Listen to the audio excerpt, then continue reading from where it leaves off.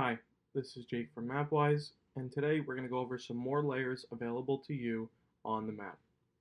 So the first one we're going to go over today is the elevation here.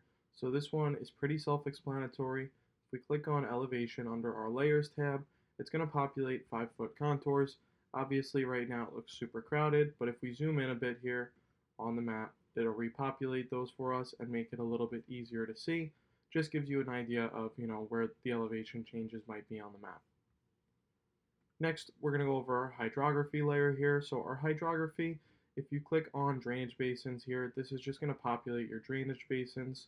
So for example, if we scroll out, we can see kind of where exactly the Withlacoochee drainage basin is and where it takes us. If we scroll out a little bit more, we can kind of just follow that around and see exactly where it is. Now, if I zoom back in a little bit here and click on our lakes and river labels, this is just going to highlight any lakes and rivers. So we can see, for example, the Gulf of Mexico. We have Kings Bay, Dixie Bay, Salt River. We can also click on the shorelines, rivers, and canals. And now it's going to highlight any shorelines, any rivers, or any canals directly on the map, which we can see is a little bit tough to see right now, but it's anything within that blue there. And then we can also turn on our ocean, lakes, and rivers. And this one here is just going to highlight them and makes it a little bit easier to view. Next up, we're going to go over our hazards layer here. So for hazards, we have your DFIRM political. DFIRM stands for Digital Flood Insurance Rate Map.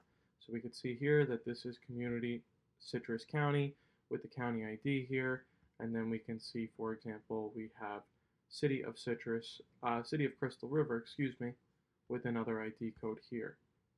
Next, we have the FEMA flood zones DFIRM panels. So these are just allow you to see the different panels here.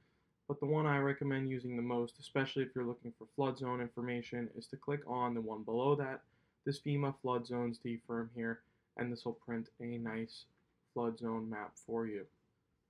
Now with that being said, anytime you see colors or text on the map, you have two different options. So for colors here, what I can do is I can come up to our legend, click on the legend here, and then at the bottom, for example, right now we have the FEMA flood zones DFIRM. So anything in the X500 is going to be within the 500-year floodplain. Now I can also click directly onto the map as long as I have this identify map feature on right here. If I click on a parcel specifically and within a certain flood zone, let me zoom in. We can see here, for example, if I scroll down, we have that X500-year flood zone to within the 500-year floodplain, a moderate risk area, and outside the special flood hazard area. So it just gives you a little bit more data on exactly what that X500 means. Now the next one we're going to go over here is the soils tab. So for soils, we have soil component name labels. If you're going to use this one, I always recommend turning on the outlines just because it's going to highlight and show you exactly where that soil is. Now for example, I'm going to click on the Basinger here. If I click on this and then scroll down to the bottom, we can see that this is fine sand. We could see, for example, that this is a hydric soil. It's very poorly drained. The corrosion in concrete is moderate, but the corrosion in steel is high. And then our engineering rating is very limited. Next up, we have our soils MUYSM. So this is going to be map unit symbols. Again, this one you can turn on with your with your outlines. If you turn this one on with your outlines, it kind of just shows you exactly where those soils are. And then lastly, we have our soils hydric layer. If you're not familiar with hydric soils, these are any soils that are mostly saturated, they hold water. Makes it a little bit difficult if you're in the development area. It makes it a little bit more difficult to develop on here. So you can normally tell that a lot of the areas that have hydric soils are not usually developed on. However, you can still develop on these, but sometimes it just gives you a little bit of a setback. So that's our soils hydric layer. And then we also have some topo maps available as well. So you can click on the USGS topo map here, and this one will print a nice topo map for you. However, you can also use this V2.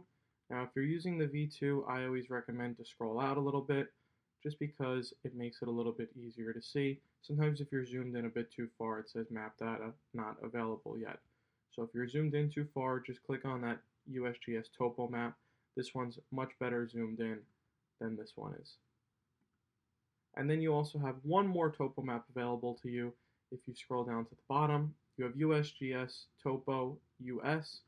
This one here is usually the easiest to see. I'm just going to click off the old layer, and then if we can scroll in here, most of our clients do seem to like this one the best.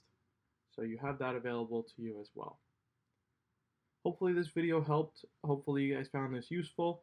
If you have any questions, feel free to leave them in the comments. If not, subscribe to us, make sure you like this video, and we'll see you next time.